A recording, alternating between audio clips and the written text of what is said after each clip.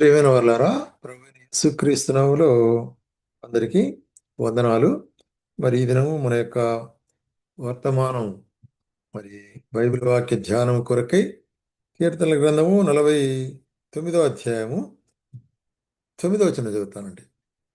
వారి ప్రాణ విమోచన ధనము బహు గొప్పది, అది ఎన్నటికీ తీరక అట్లుండవలసినదే.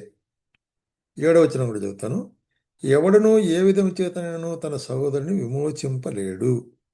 కాబట్టి భాగంలో చూసినట్లయితే కీర్తనకర్త ఏం చెప్తున్నాడంటే, మనుషుని మరి విమోచించుట, లేక మనుషుని యొక్క పాప స్థితి నుంచి విమోచించబడుట, లేక మనిషిని నిత్య మరణము నుంచి, నిత్య నరకం నుంచి విమోచించబడుట, అటువంటి ప్రాణాన్ని విమోచించుట అనేటువంటిది మరి దానికి క్రయం చెల్లించవలసిందిగా ఉంటున్నది కదా.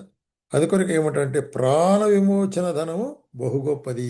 కాబట్టి the redemption is a great అంటాడు కదా, ప్రెషియస్ అంటాడు చూసినట్లయితే. అది ఎన్నటికీ తీరకట్టు ఉండవలసినదే. మనం ఎన్ని ప్రయత్నాలు చేసినప్పుడు కూడా మనుష్యుడు తన సొంత ప్రయత్నాల వలన తన్ను తాను విమోచించుకొనలేడు అనేటువంటి కార్యాన్ని, తన యొక్క మరి పాపం కొరకై ఒక మరి విమోచన కర్త లేక విమోచన కార్యము జరగవలసి ఉంటున్నది అనేటువంటి కార్యాన్ని ఇక్కడ మనకు బయలుపరిచేవాడుకుంటున్నాడు అన్నమాట. అది కొరకే మత్తయి సువార్త కూడా యేసు ప్రభు చెప్తూ ఏమంటాడు, మత్తయి సువార్త 16వ అధ్యాయము 26వ వచనం అండి. ఏమంటాడంటే, ఒక మనుషుడు లోకమంతయు సంపాదించుకొని తన ప్రాణమును పోగొట్టుకుంటే అతనికి ఏమి ప్రయోజనము? ఒక మనుషుడు తన ప్రాణమును ప్రతిగా ఏమి ఇయ్యగలడు? కాబట్టి ప్రాణమునకు ప్రతిగా ప్రాణము పోగొట్టుకుంటే అంటే అర్థం ఏంటి? ప్రాణం పోగొట్టుకుంటా అంటే నార్మల్గా సాధారణంగా చనిపోట కాదు. చనిపోట అందరూ చనిపోతారు. అయితే ఇక్కడ ప్రాణమును పోగొట్టుకోవట అంటే ప్రాణమును మరి నిత్య నాశనంలోనికి పోవట అనేటువంటిది, లేక నరకంలోనికి పోవట అనేటువంటి కార్యాన్ని గురించి ఇక్కడ చెప్తుంటున్నాడు అనమాట. అందుకొరకే మరి తన ప్రాణమును ప్రతిగా ఏమి ఇవ్వగలడు? కాబట్టి ప్రతిగా ఇవ్వాలి అక్కడ అవసరం. అందుకొరకే మనుష్య కుమారుడు తన తండ్రి మహిమగలవాడై దూతలతో కూడా రాబోచున్నాడు. అప్పుడు ఆయన ఎవరికి చొప్పున ప్రతిఫలం ఇచ్చును అనేటువంటి కార్యం చెప్తుంటున్నాడు. కాబట్టి ప్రాణ క్రయధనము గొప్పది, తన్ను తాను విమోచించుకొనలేడు అనేటువంటి కార్యాన్ని మరి పరిశుద్ధ వాక్యం మనకు సెలవిస్తుంటుంది. అట్లాగే రోమిలకు రాసిన పత్రిక 6వ అధ్యాయం 23వ వచనములో, ఏలైనగా పాపములను వచ్చు జీతం మరణము, అయితే దేవుని కృపావరం మన ప్రభువైన యేసుక్రీస్తునందు నిత్య జీవం. కాబట్టి ఇక్కడ పాప విమోచన మార్గాన్ని గురించి చెప్తుంటున్నాడు అపోస్తలుడు పౌలు. ఏంటాడు? ఏలైనగా పాపములను వచ్చు జీతం మరణము. కాబట్టి పాపములను వచ్చు జీతం మరణము అంటే ఇది రెండవ మరణము. 2 మరణాలు ఉంటున్నవి. శరీరముగా పుట్టిన అందరూ కూడా శరీరము చనిపోతుంది, ఒక దినమున మట్టిలో పాతి పెట్టబడుతుంది. అయితే ఆ ఆత్మ దేవుని వద్దకు వెళ్ళవలసి ఉంటుంది. ఆ ఆత్మకు మరి అందరూ ఒకేసారి మరణించాలా, దాని తర్వాత మరి దేవుని ఎదుట నిలబడాలి, తీర్పులోకి మనం వెళ్ళవలసి ఉంటుందని చెప్తుంటున్నారు. ఆ తీర్పులో ఒకవేళ నీవు మరి నీ ప్రాణ విమోచన ఈ లోకములు లేకుండా చనిపోతే, అంటే నీ పాపంలో నువ్వు చనిపోతే ఏమవుతుంది? నిత్య నరకంలోనికి పోయాలనుకుంటున్నావు.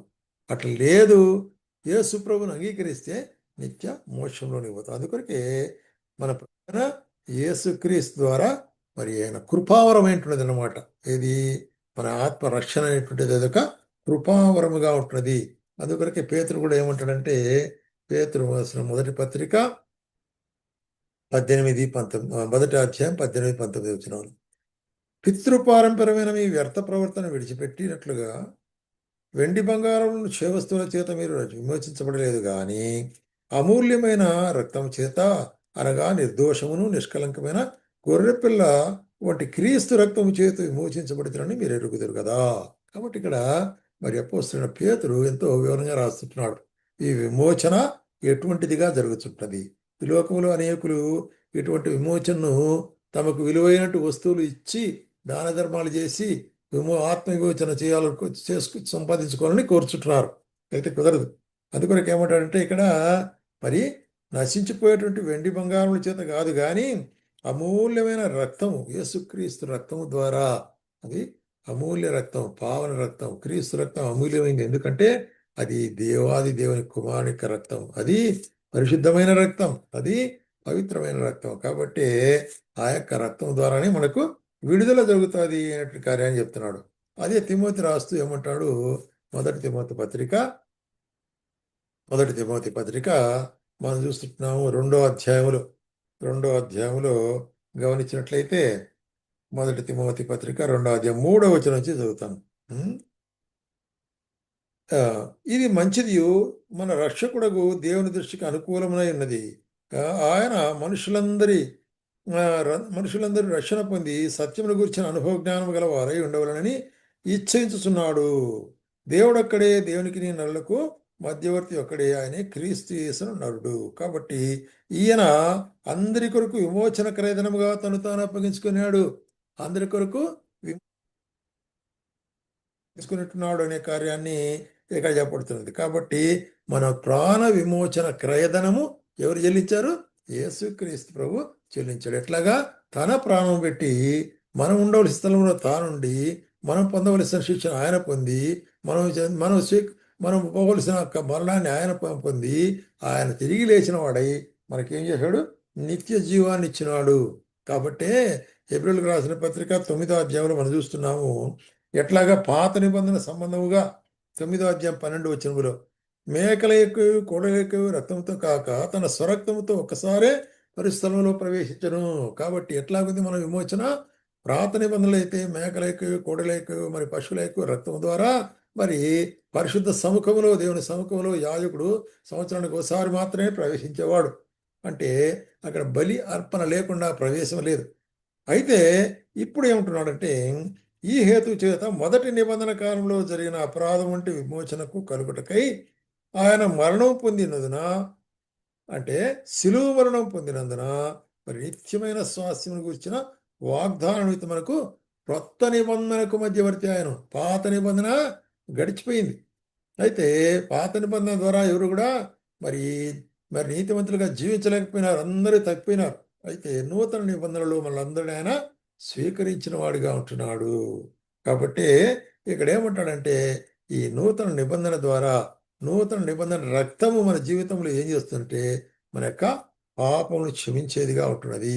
మొట్టమొదటిగా మనం గమనించినట్టయితే చూడండి, ఎఫెసీయులకు రాసిన పత్రిక 1వ అధ్యాయము 7వ వచనములో, దేవుని కృపా మహదైశ్వర్యమును బట్టి ఆ ప్రియనిందు ఆయన రక్తం వలన మనకు విమోచనము, అనగా మన అపరాధముల క్షమాపణ కలిగి ఉన్నది. కాబట్టి ప్రాణ విమోచనము ఆయన రక్తం ద్వారా కలిగి ఉంటున్నది.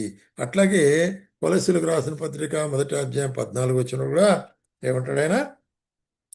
కుమారుని యొక్క రాజ్య నివాసులుగా చేసి ఆ కుమారుని మనకు విమోచనం, అనగా పాప క్షమాపణ కలుగుతున్నది. కాబట్టి మనిషిని యొక్క విమోచనము, ప్రాణ విమోచనము బహు గొప్పది. ఎందుకంటే దేవాది దేవుడే మనిషి రూపంలో వచ్చి, యేసుక్రీస్తు రూపంలోకి వచ్చి అందరికీ మేలు చేస్తూ, అందరి మధ్యలో సంచరిస్తూ, మరి అనేక శ్రమలు అనుభవించి, అనేక విధమైన దూషణలు మరి చూసినట్లయితే, అనేక విధమైన మరి దెబ్బలు తిని, మరి మన కొరకై శిలువలో కొట్టబడి రక్తమంతా కార్చి మరి మరణం పొందినాడు, తిరిగి లేచినాడు.